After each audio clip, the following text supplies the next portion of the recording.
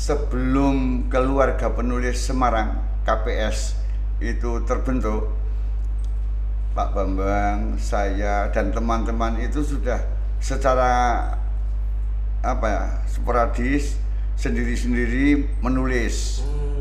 Kebetulan waktu itu media cetak masih banyak, juga memberikan ruang untuk para penulis. Kemudian timbul gagasan dari Pak Bambang itu. Pak Bambang Sadono mendirikan Keluarga Penulis Semarang. Waktu itu ada saya, Bapak dibimbing Pak Bambang, ada Mas Pamuji almarhum, ada Mas Anggoro Suprapto almarhum. Ya, ada teman-teman Mas Handri yang sekarang sedang sakit. Ya, terus terang saya merasa sedih kalau teman-teman seperjuangan sama-sama mendirikan Keluarga Penulis Semarang KPS itu sudah dipanggil lebih duluan gitu. Dulu bareng-bareng sering pentas, dalam 1 bulan itu kan ada 2 kali pentas sastra dan pentas teater di Gedung Pemuda. Nah, teater itu kan meskipun seni peran, tapi kan juga butuh penulis skenarionya, naskahnya, sinopsisnya itu.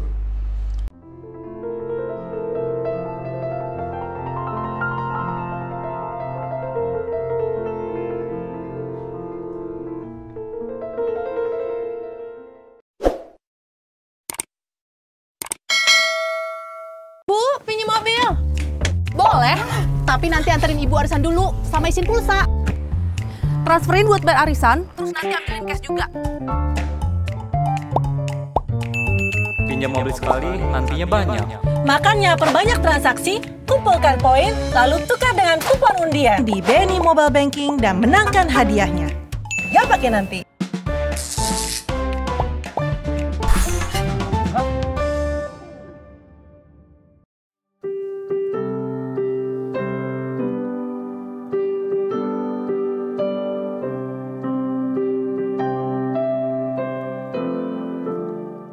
Assalamualaikum warahmatullahi wabarakatuh. Kembali lagi bersama saya Bambang GR Sadono di channel Bangsa TV. Dimana pada hari ini dalam rangka 65 tahun Bambang Sadono, saya berkarya, karena itu saya ada. Kita kedatangan tamu yang sangat spesial, yaitu Bapak Ignatius Item D, atau yang biasa dipanggil dengan Pak Item. Bagaimana kabarnya Pak Item? Alhamdulillah, puji Tuhan. Sehat Mas Raja, Mas Bambang Sadono Junior. Iya.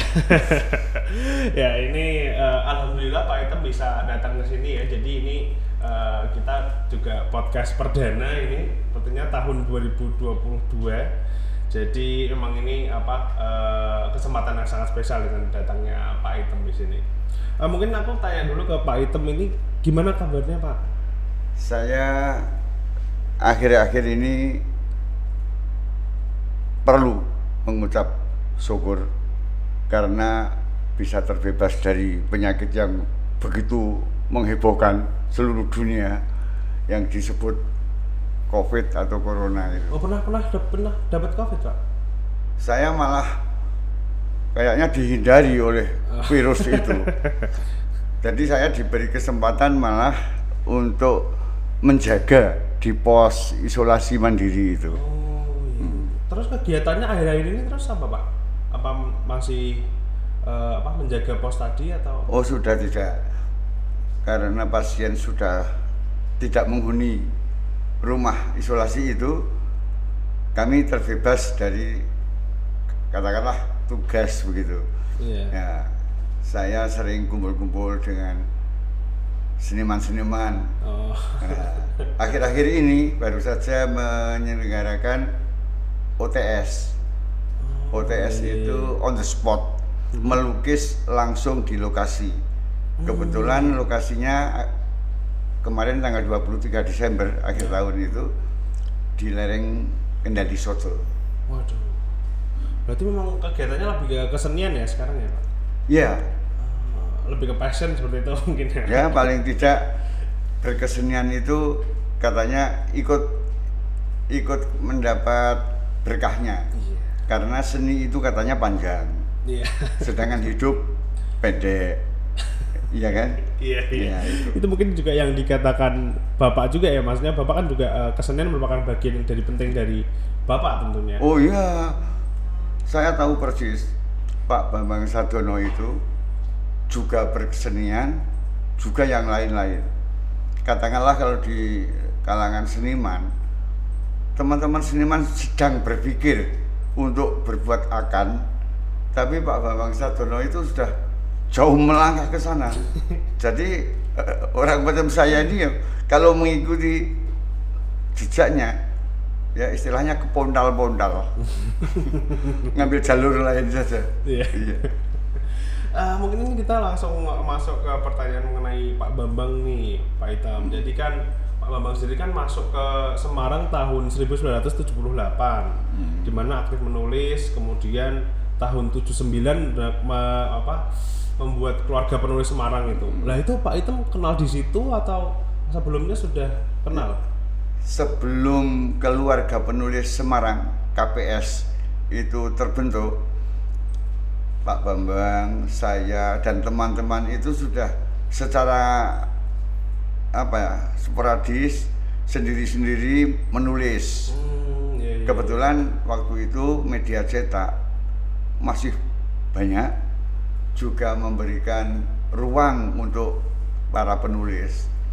Kemudian timbul gagasan dari Pak Bambang itu. Pak Bambang Sadono mendirikan keluarga penulis Semarang. Iya. Waktu itu ada saya, Bapak dibimbing Pak Bambang, ada Mas Pamuji almarhum, ada Mas Anggoro Suprapto almarhum.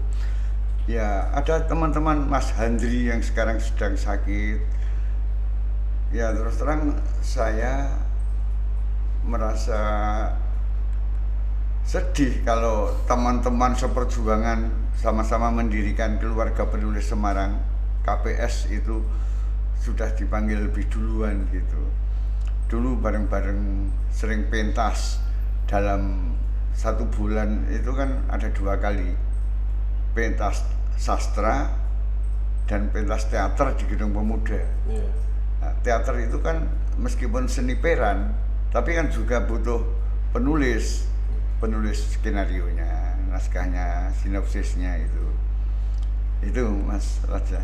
Berarti memang itu ya, memang udah lama sekali ya kenal dengan Pak Bambang ya, maksudnya bahkan sebelum itu pun juga sudah ada ya kenal lah setidaknya, walaupun dekatnya setelah keluarga penulis Semarang seperti itu. Ya, malah putri pertamanya Pak Bambang Sadono yang namanya Mbak Lintang. Iya. Itu kelahirannya saya juga di sana. Iya, di sana. Iya. Waktu itu masih di Sampangan ya. Sampangan. Berarti udah sering ke rumah Pak. Saya dengar katanya udah sering ke rumah juga pada waktu lahir itu ya. Iya. Tahun 81 kalau nggak salah. Waktu itu banyak kenangan Mas. Banyak kenangan. Katanya ada cerita nih Pak. Katanya waktu Mbak Lintang lahir itu Pak Item yang bawa tukang sate apa itu. Boncengan. Iya, iya. Itu. Angkring sate itu. Nah, itu ceritanya gimana itu? Maksudnya kenapa itu kayak gitu? Pak Bambang untuk syukuran itu kelahiran Mbak Lintang itu kan memanggil tukang sate angkringan. Iya.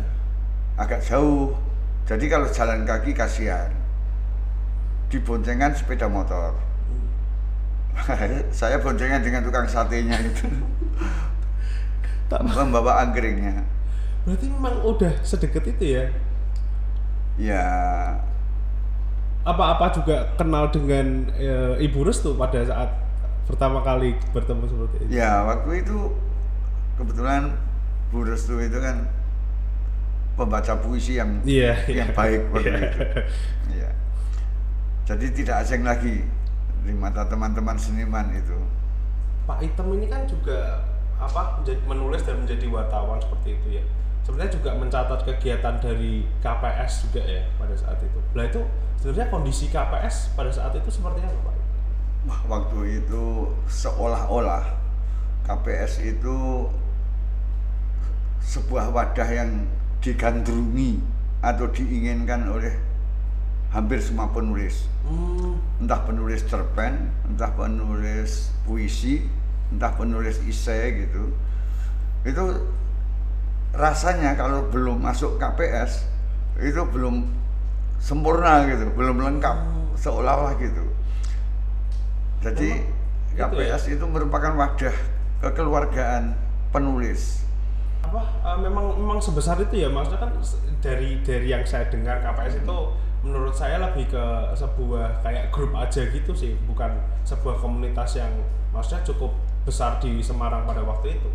Waktu itu tidak sekadar sebagai grup, tapi semacam wadah atau sebuah lembaga dalam tanda petik gitu, seolah-olah sebagai pembaptis kalau pembaptis untuk penulis-penulis waktu itu loh. Jadi gaungnya pun itu sampai keluar Jawa Tengah. Padahal KPS itu kan hanya keluarga penulis Semarang. Tapi di luar Jawa Tengah itu ada juga yang dari Madiun, Malang gitu. Kalau yang di luar Semarang itu ada yang dari Purworejo, Magelang, Tegal, Pati gitu. Jadi KPS itu semacam kayaknya S-nya itu tidak hanya berarti Semarang, Semarang dan sekitarnya. KPSS berarti. Iya. Nah tapi itu masih ingat nggak Pak Item dengan KPS itu sekarang bagaimana seperti itu? Mungkin KPS sudah bubar itu atau kayaknya tidak bubar atau tidak dibubarkan, tapi mungkin karena faktor cuaca, faktor iklim, faktor alam, orang-orangnya tambah usia, media untuk mengekspresikan karya-karyanya sudah tidak sebanyak dulu. Media cetak itu kemudian lebih banyak yang punya kepuasan tersendiri untuk menerbitkan buku antologi cerpen atau antologi puisi atau menulis buku tentang apa gitu. Jadi bukan bubar, tapi nggak tahu sekarang kemana. Mungkin sudah mulai lanjut ke periode proses selanjutnya seperti itu ya Pak Item. Tapi sebenarnya aku penasaran nih Pak, dulu yang membuat Pak Item maksudnya tertarik dengan Pak Bambang itu apa sih? Maksudnya kok menjadi berteman itu sebenarnya gara-gara komunitas itu kah, atau kayak ada sisi tertentu dari Pak Bambang yang bikin kayak wah orang ini spesial atau gimana gitu? Sebetulnya secara pribadi itu sebagai efek, sebagai akibat, sebagai dampak dari kebersamaan berkarya. Jadi mungkin sudah beberapa kali ketemu di sebuah tempat yang kegiatannya memang sama-sama untuk berkarya tentang itu gitu. Jadi semakin hari semakin sering ketemu itu jadinya saling mengenal. Kalau Pak Bambang menyebut saya itu lucu kan begitu. Padahal ya enggak lucu. Ya enggak lucu. Pak Bambang itu kan disiplinitasnya tinggi. Gitu. Kalau marah itu malah senyum. Pernah dimarahin Pak? Loh, marahnya dengan senyum. Gimana itu Pak? Wah, kalau orang lain atau sebagian orang kalau diberi senyuman itu belum tentu mengartikan marah loh. Ya karena saya sudah sering wah ini senyuman apa kan bisa mengartikan itu. Saya harus punya kamus penerjemahan sendiri terhadap senyumannya Pak Bambang. Wah senyuman ini mengandung makna ini, teguran, kadang-kadang ngeledek gitu. Ya kalau saya diledek ya sadar Oh saya lebih tua. Iya. Iya. Iya. Tapi memang itu mungkin efek dari emang udah lama berhubungan dengan Pak Bambang, jadi kayak mudeng gitu apa yang dimaksud gitu Iya. ya. Sebagai penerjemah seperti itu. Memang saya banyak belajar dari Pak Bambang itu. Ternyata marah itu tidak harus bersemut, melotot dan bentak-bentak. Tapi dengan senyuman saja ternyata malah bisa sampai gitu. Iya. Pesan itu bisa sampai.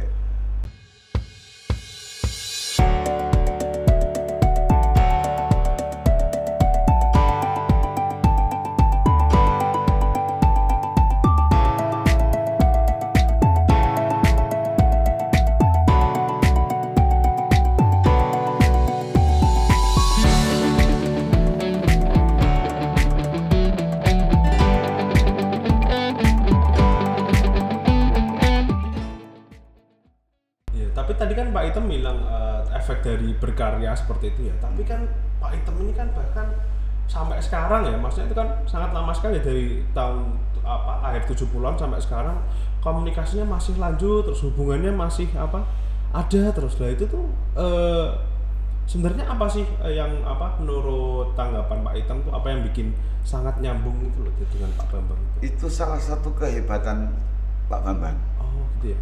Kalau sudah terlanjur jadi teman itu kayaknya tidak berhenti sampai di itu. Selain pertemanan, kadang-kadang meningkat jadi persahabatan. Nah itu. Nah, meningkat lagi jadi perseduluran. Nah itu. Itu yang salah satu kelebihan Pak Bambang yang jarang dimiliki teman-teman yang lain. Mungkin buat Pak Bambang sendiri mungkin susah ya Pak buat memutus silaturahmi atau gimana gitu.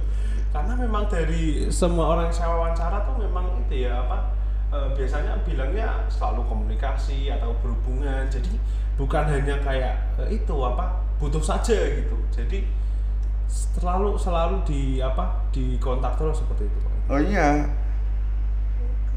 Seolah-olah yang saya petik dari hikmah pertemanan itu dari Pak Bambang itu mau melihara pertemanan. Ternyata pertemanan itu kan kadang-kadang silaturahmi. Iya. Silaturahmi itu sebagai penambah energi. Jadi kayak ibarat baterai itu dicas gitu. Chargernya itu salah satunya dengan silaturahmi, mengingat nama teman. Nah, membicarakan kebaikan-kebaikan teman itu. Ya mungkin buat Pak Bambang memang seperti itu ya Pak Item. Ya itu kelebihan Pak Bambang yang tidak dimiliki oleh banyak teman. Iya.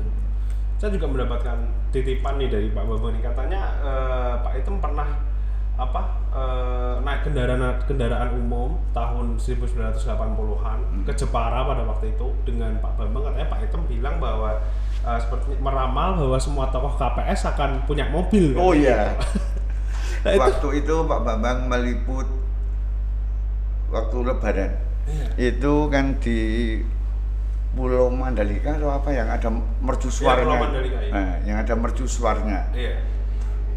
Petugas penjaga mercusuar itu kan harus ada secara bergiliran. Iya. Kebetulan yang pas hari Lebaran itu kan nggak bisa ditinggal kosong, kan harus ada. Iya. Itu mau diwawancarai Pak Bambang. Oh. Waktu itu naik mobil. Iya. Kebetulan berdekatan dengan sopir Pak Bambang terus saya. Nah, di depan dashboard itu kamera. Jadi kalau dalam perjalanan itu ada hal-hal yang menarik, naluri kewartawanannya muncul dipotret gitu. Nah kebetulan di depan itu ada mobil yang juga menarik perhatian, kita potret gitu. Ada mobil, wah saya kok punya feeling bahwa nantinya itu kita tidak naik omprekan seperti ini. Kita tuh mesti punya nantinya. Saya optimistis itu, gitu. Diramal itu, wah, ya bagus kalau memang begitu. Ya barangkali Tuhan itu mendengar apa namanya celotehan itu terkabulkan. Pak Bambang punya bagus-bagus, saya punya yang bekas-bekas. Iya, ya itu memang masing-masing kan punya punya wadah, punya isi, sudah punya di casting masing-masing lah gitu. Ya. Tapi bersyukur, bener-bener punya semua itu. Wah, berarti memang gimana ya, banyak cerita-cerita ya. Maksudnya kan Pak Ethan ini udah lama sekali dengan Pak Bambang, mungkin banyak firasat-firasat lain yang tidak terungkap mungkin seperti itu ya malah. Wah, kalau firasat sebenarnya tidak. Semacam intuisi itu sebetulnya muncul dengan tiba-tiba. Ketika ada sesuatu, respon itu mesti muncul kan gitu. Tapi tidak kemudian kita kayak konsentrasi untuk ya. Tapi sebenarnya kalau saya boleh tanya ya, kembali lagi, dulu tuh Bapak tuh sosok yang seperti apa sih mudanya tuh? Kalau karakter tidak banyak berubah. Kalaupun ada perubahan, itu mencolok pada usia. 10 tahun yang lalu itu kelihatan 10 tahun lebih muda waktu itu. Jadi kalau dulu waktu kenal dengan saya usianya masih seperti itu ya. Sekarang kan sudah beda. Tapi berpacunya antara bentuk fisik dan usia itu kayaknya lebih cepat usianya, karena fisiknya masih terhambat ketuaannya gitu.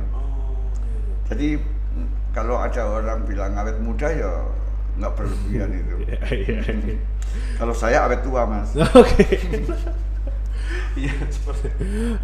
Tapi maksudnya tuh lebih ke sosok, apakah waktu muda dulu Bapak itu orang yang sangat giat atau pendiam atau suka ngajak bercanda atau seperti apa Pak Bambang Sadyono muda itu? Bercanda ada, tapi tidak berlebihan. Kan ada juga yang bercanda berlebihan. Kalau Pak Bambang bercanda itu seperlunya. Bahkan boleh dibilang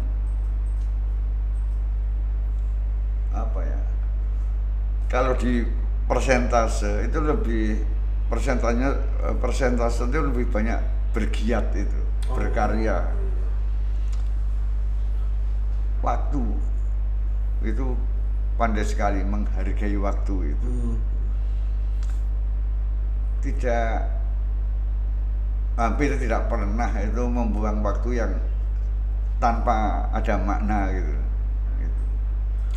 Mungkin itu salah satu yang paling sulit untuk diikuti juga ya Pak, maksudnya mungkin pagi kuliah terus malamnya kerja, makanya terus ngurus rumah, itu kan gimana ya, sangat menurut standar saya sangat sulit sekali untuk diikuti. Kalau ada teman yang pengen katakanlah mengikuti jejak atau ingin meniru, jelas kepondal-pondal, Mas.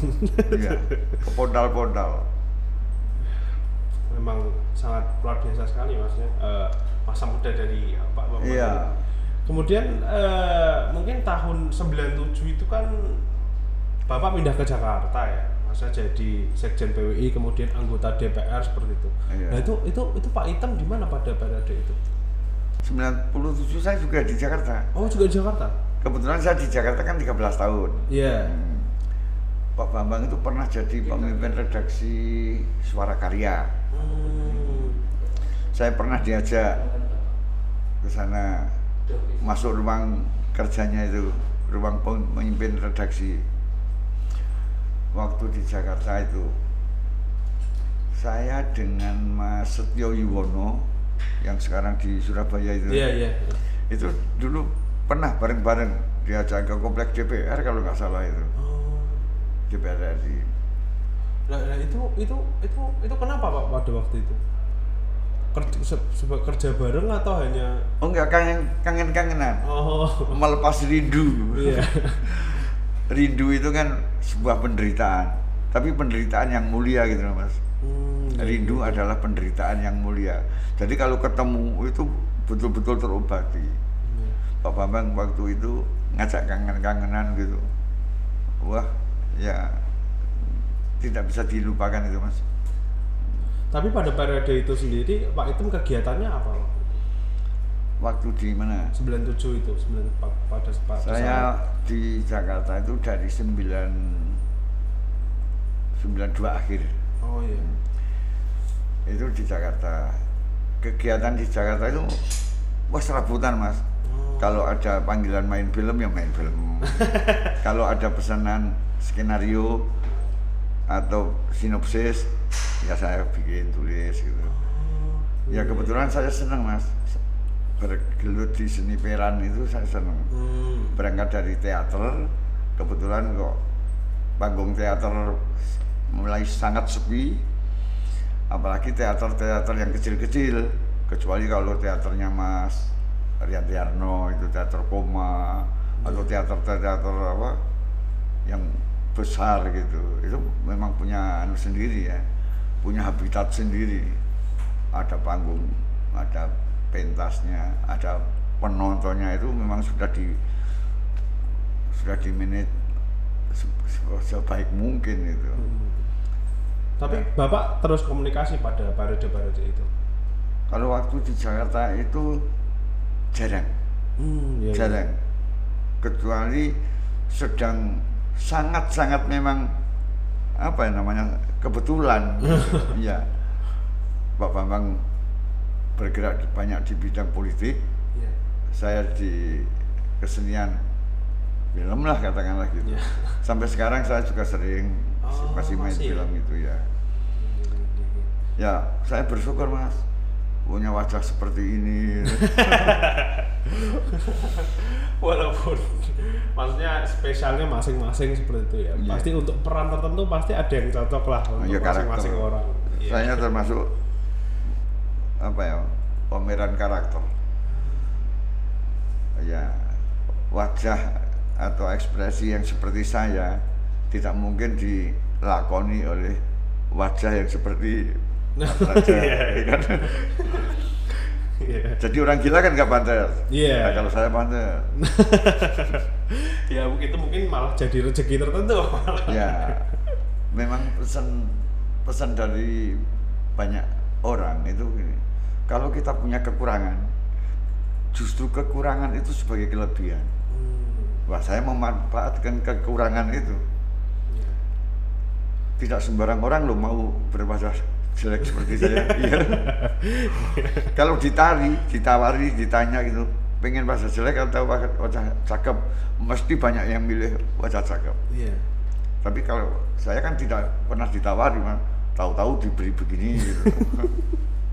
Iya. Yeah. Tapi kan hasilnya jadi ada rezeki seperti itu Pak. Jadi ada peran-peran tertentu yang hanya bisa diperankan oleh Pak Item seperti itu.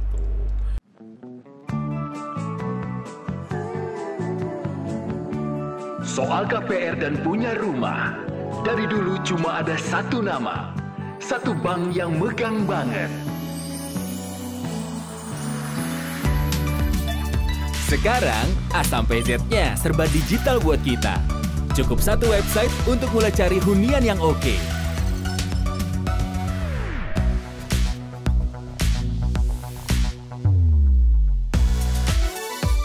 Lagi sesibuk apapun, cukup satu fitur ngajuin KPR online.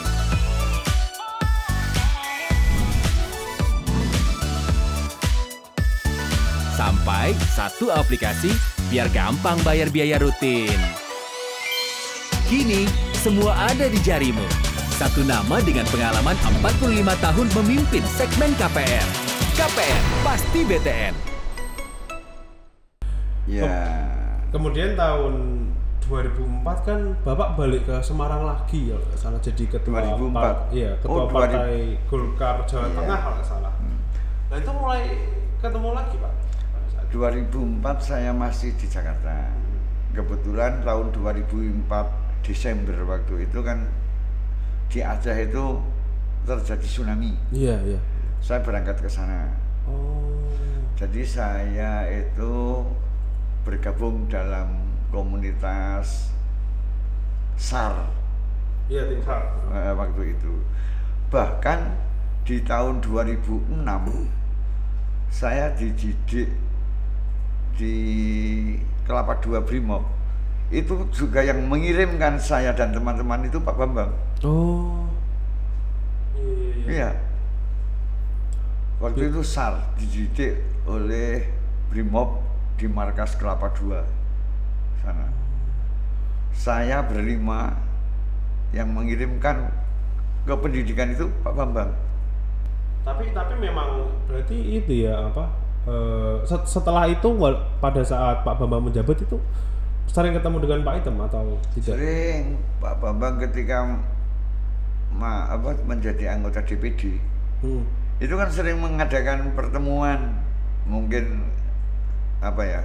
Pada saat itu yang ketua partai Golkar Jateng 2004 hingga 2009. Sering. Nah, sering itu.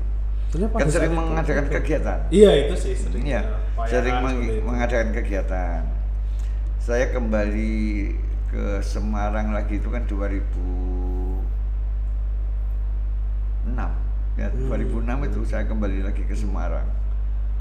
Apalagi itu ya, mau nyalon gubernur itu juga ya, itu kan ya, jadi tambah banyak. Waktu itu saya dan Mas Najib, Mas Najib Kertapati yang sekarang di Jakarta, ditambah lagi dengan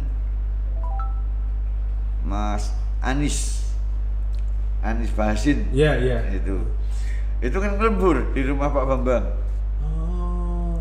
Itu kan menerbitkan buku. Oh iya. Itu. Jadi timnya itu ada 3. Pak Bambang itu mempercayakan ke Mas Najib Kertapati, terus Mas Anies Bahasin itu, kemudian saya gitu. Kata mereka, saya tuh ngoreksi naskah itu teliti gitu. Oh, iya. Misalnya untuk itu tertulis utno teh misalnya. Iya. Itu biasanya di komputer kalau nulis teh kan keluarnya the. Yeah. Nah, itu sering lolos. Oh. Gitu. Tapi itu jadi tim penulis saja ya Pak berarti pada saat itu? Waktu itu saya ngoreksi hanya ngoreksi. Berarti itu ya, maksudnya kan lama sekali ya waktu itu berarti ya hubungan dengan Pak Bambang ini, maksudnya 2004 kemudian lanjut ke DPRD, kemudian DPD seperti itu. Iya. Itu Pak itu masih sering intens, masih ya, itu sering. Kalau mengadakan pertemuan di sebuah tempat, ya pernah di hotel juga, pernah di rumah makan juga, itu sering diundang. Iya. Ya manfaatnya di situ apa ya, kangen-kangenan. Kadang-kadang di PWI itu pernah ada kegiatan bedah buku atau apa di situ. Yeah. Kemudian diskusi juga ada. Oh, Pak Item ini juga aktif di PWI juga ya berarti? Dulu. Oh. Sekarang korannya kan sudah enggak ada. Iya. Iya. Kemudian ini nih Pak Item, jadi kan setelah sekian lama ini dengan Pak Bambang ya, maksudnya hampir berapa tahun ini berarti? hampir 40 itu ya, 43, 44 tahun dengan Pak Bambang berarti ya. Bergaulnya, iya. Waktu ulang tahun di rumah dinas Papandayan sana. Iya. Nah, itu kan saya juga datang. Iya, memang itu apa sih kesan yang paling didapat dari Pak Bambang setelah Pak Item kenal selama ini? Ya banyak pelajaran yang saya petik, jelas itu. Sependek pengetahuan saya itu kalau menuliskan tentang kesan hubungan antara saya dan Pak Bambang dengan teman-teman, termasuk ada saya itu kalau ditulis kayaknya habis beberapa lembar buku. Tapi kalau yang paling berkesan ya Pak itu dari Pak Bambang ini setelah kenal selama ini, yang paling berkesan, yang paling meresap di dalam Pak Item dari Pak Bambang ini, Pak? Ada 2. Mengajarkan disiplinitas waktu, pekerjaan, ya, dan suka memberi. Oh, Nah itu. suka memberi ya. Mungkin ada contoh-contoh cerita dari apa yang udah disebutkan Pak Item tadi, mungkin dari Ya, disiplin dan suka disiplin memberi itu misalnya janjian jam 10 gitu. Ya, saya diajarkan sebelum, kalau bisa datang itu sebelum. Jadi memang betul ada semacam semboyan. Lebih baik terlalu awal 3 menit daripada terlambat tapi hanya 3 detik gitu. Nah itu kan meskipun hanya 3 detik kan terlambat, tapi kalau menunggu atau lebih awal 3 menit itu kan lebih lama daripada 3 detik. Iya. Tapi itu lebih baik, tidak terlambat soalnya. Lebih baik menunggu 3 menit daripada terlambat walaupun hanya 3 detik itu. Iya. Itu kan pelajaran disiplin waktu. Kayaknya sebagai apa ya? Sebagai pedoman untuk disiplin, belajar disiplin itu pertama disiplin tentang waktu dulu lah. Nah, yang saya tidak bisa disiplin itu soal mandi. Kemudian kalau yang suka memberi tadi itu Pak, yang dari Pak Bambang itu Ya contohnya banyak. apa? Memberi kesempatan untuk berkarya, difasilitasi untuk misalnya dipublikasikan, itu kan memberi juga. Kan ada juga yang nek kaya orang usah kayak orang kayak sah kayak gitu ya? kesempatan itu. Kalau Pak Bambang itu meskipun terhadap orang yang tidak disukai pun katakanlah, atau terhadap orang yang tidak menyukai Pak Bambang, itu kalau berkarya dan lewat tangannya Pak Bambang pasti diberi kesempatan peluang untuk dipublikasikan. Karena waktu itu pegang sebagai redaktur sastra budaya gitu. Itu karya siapapun asal layak muat, tidak banyak pertimbangan. Iki wong iki seneng mbek aku apa sengit, nggak masalah. Ya, itu kan memberi namanya. Iya. Memberi. Berarti emang apakah Pak Bambang itu jarang menilai orang dari luarnya saja, maksudnya seperti apa ya, judgmental atau menilai di awal saja seperti itu loh Pak. Jadi apakah Pak Bambang itu lihat dulu saja, lihat karyanya, atau seperti apa sih Pak? Kalau pertanyaan seperti itu dari Mas Raja, saya tidak punya jawaban gitu. Karena yang paling tahu kan Pak Bambang sendiri itu. Iya.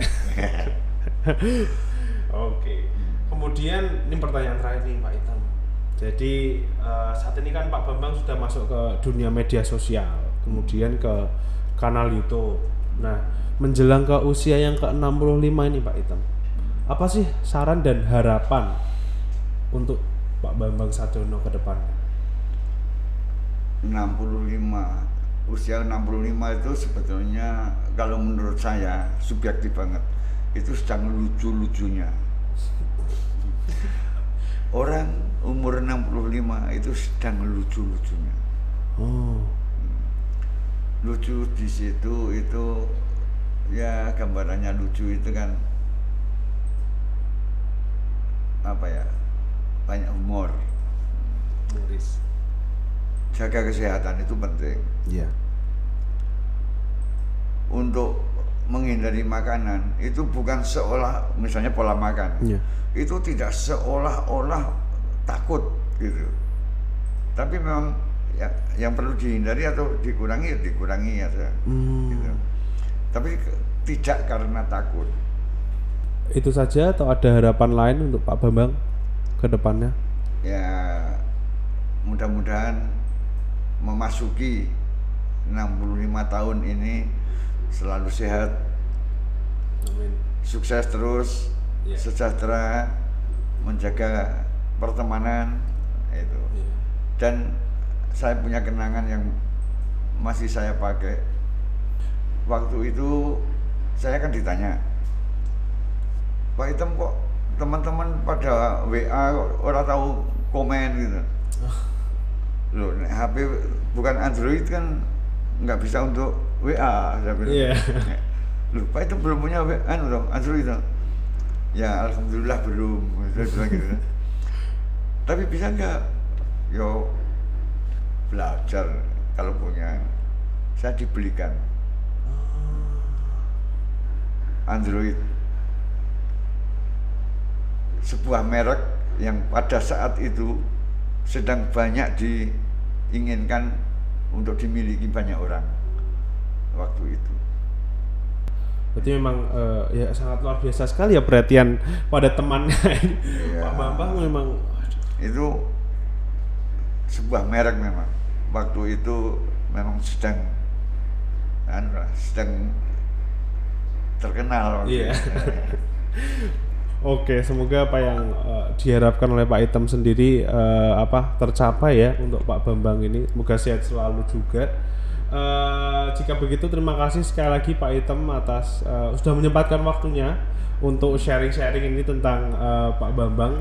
Saya minta maaf apabila ada kata-kata yang kurang mengenakan atau saya salah ucapkan seperti itu Pak Item. Kemudian itu ya semoga nanti ini kita bisa moga-moga bisa bertemu dengan Pak Bambang, jadi bisa kangen-kangenan lagi sharing-sharing seperti itu. Kemudian ya wassalamualaikum warahmatullahi wabarakatuh. Sekian dari saya Bambang GR Sadono, beliau Bapak Ignatius Item D, tetap di channel Bangsa TV.